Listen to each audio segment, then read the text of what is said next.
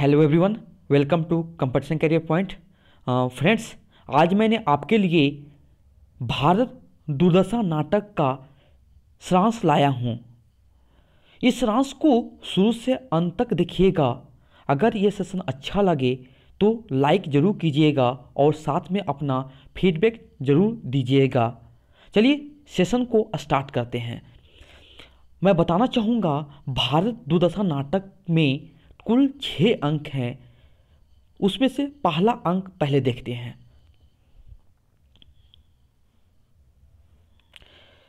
नाटक का पहला अंक विधि चीज का दृश्य है। नाटक के प्रथम अंक एक योगी लावनी गाते हुए आता है, अतीत को याद करते हुए वर्तमान दुर्दशा पर विलाप करता है। या ऐसे हम लोग इस प्रकार भी कर सकते हैं कि इस अंक में भारत के प्राचीन गौरव की चर्चा और विदेशी आक्रमणकारियों के आक्रमणों के फलस्वरूप देश की दिनहीन दशा का वर्णन है। आपको ये इतना सिंपल भाषा में लिखा हुआ है, आपको एकदम इजीली समझ में आ जाएगा, जितने भी 6 का 6 अंक में। दूसरे अंक की ओर बढ़ते हैं। नाटक का दूसरा अंक शमशान से खुलता है। इस अंक में शमशान, टूटे फूटे मंदिर, बिखरे हुए अस्थियां और कौवे, कुत्ता और सियारों के बीच फटे हुए हाल में भारत का प्रवेश होता है। वह अपनी रक्षा के लिए कभी ईश्वर तो कभी राजेश्वरी से करता है, तो कभी रानी विक्टोरिया से प्रार्थना करता है। भारत को अपनी दुख भरी बातों को बताते हुए मूर्छित हो जाता है और इसी अंक के अंत में आशा निर्लजता के साथ आती है और मूर्छित भारत को उठाकर ले जाती है, और किंतु आशा उसे प्राण बचाती है। जितनी भी देखिए, आपको यहाँ पर दूसरे अंक पूछेगा कहाँ से खुलता है, माने कि स्टार्ट कहाँ से होता है, शमशान से खुलता है, ओपन होता है। ठीक है, आप याद रखना। प्रश्न बनेगा, सबसे प्रश्न बनता है। मैं प्रश्न ला के आपके सामने कंप्लीट करवा दिया हूँ। ठीक है, देख लीजिएगा उसमें। तीसरा अंक देखिए, इस अंक में मैदान का दृश्य है। तीसरे अंक में कहाँ से खुलता है, मैदान का दृश्य खुलता है, जिसमें फौज के डेरे दिखाए गए हैं। इसमें भारत दुर्देव तथा सत्यानाश फौजदार अपनी मंशा को जाहिर करते हैं। भारत दुर्देव जो अंग्रेज का प्रतीक है, भारत दुर्देव बहुत ही अहंकार से भारत की बुरी दशा और क्षीण हालत का उल्लेख करता है।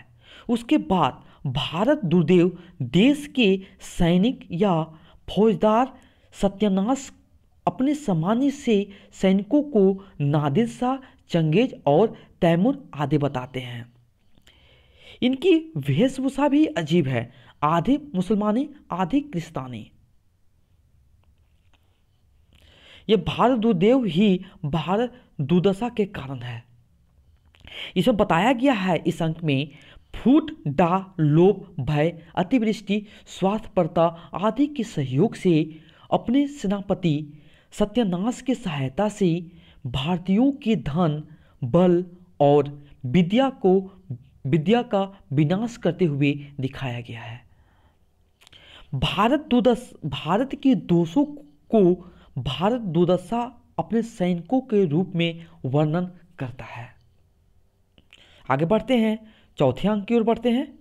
देखिए, चौथे अंक में पहला क्वेश्चन तो यही बनेगा कि कहाँ से खुलता है, कमरे का दृश्य से ओपन होता है, स्टार्ट होता है। तो इस अंक में अंग्रेजी ढंग से सजे हुए कमरे का दृश्य है। भारतवासियों के विभिन्न कृतियों का उल्लेख किया है, जिसके कारण भारत की दुर्गति हो रही है। ये कृतियां हैं, देखते हैं कौन कौन है। रोग, मदिरा, अविद्या, आलस्य, निधनता, छुआछूत, कलह, इसी कारण हमारे देश का विनाश हो रहा है। या ऐसे भी हम लोग बोल सकते हैं, भारत दुर्दशा रोग, आलस्य, मदिरा, अंधकार आदि को भेजता है और इन बुराइयों से जूझ रहे, परेशान हो रहे भारतीयों की दयनीय दशा को प्रस्तुत करता है। नेक्स्ट 5वां अंक पढ़ते हैं।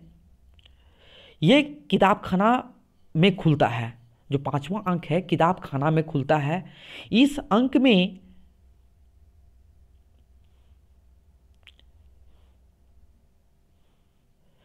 अंक में एक किताबखाना है जहां एक बड़ी मेज, कुछ कुर्सियां हैं। 5वें अंक में भारत दुर्देव के हमले से बचने के लिए पढ़े लिखे भारतीयों की बैठक का जिक्र है। किताबखाने में बैठकर एक सभापति, एक संपादक, एक कवि, एक बंगाली, एक महाराष्ट्रीय, 2 देसी महाशय देश को बचाने का सोचते हैं, किंतु डिसलॉयल्टी, कहने का मतलब पुलिस नामक अंग्रेजी शासक है, आ जाता है और इन 7 सभी सदस्यों को अंग्रेजी एक्ट के तहत पकड़ लिया जाता है और बंदी बना लिया जाता है। 6ठे अंक जो कि अंतिम अंक है भारत दुर्दशा नाटक का, अंतिम अंक में वन का दृश्य है, यानी वृक्ष का, जंगल का दृश्य है, जिसमें एक वृक्ष के नीचे भारत मूर्छित पड़ा है। इस अंक में सिर्फ एक पात्र भारत भाग का संवाद है। भारत भाग जागृति का संदेश लेकर भारत को उठाने आता है, किंतु वो भारत को जगा नहीं पाता है। निराश होकर अपनी छाती में कटार मारकर आत्महत्या कर लेता है। यही नाटक समाप्त हो जाता है।